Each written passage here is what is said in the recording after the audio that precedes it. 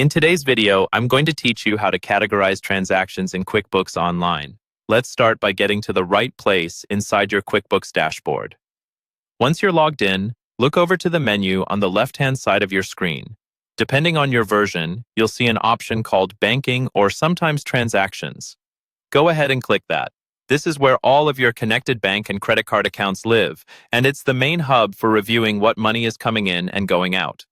Next, choose the specific bank account or credit card account you want to work with. This might be your main business checking account, a savings account, or a business credit card. When you click on that account, QuickBooks will display a list of transactions that have been imported from your bank. Most of the time, these will appear under a tab labeled For Review. Think of this tab as your inbox for new transactions that still need your attention before they become part of your official books. Now let's look at how to categorize an individual transaction. Click on any transaction in the For Review list to expand it and see more details. You'll notice information like the date, the amount, and the bank's description of the transaction. You'll also see options to assign a payee, such as a customer or vendor, which can be very helpful for reporting later on. QuickBooks will often try to help by suggesting a category based on similar past transactions or rules you've used before. If the suggested category makes sense, you can simply confirm it and select Post to finalize that transaction. This moves it out of the For Review tab and into your books, which keeps your accounts organized and up to date.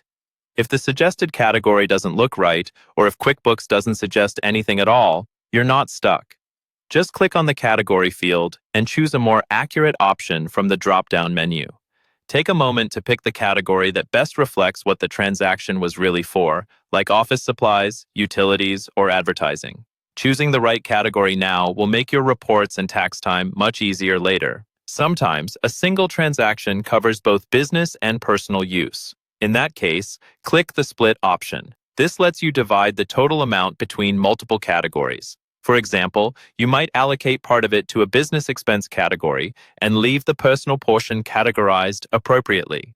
Once you've entered the amounts and reviewed them, save the split and then post the transaction to finish.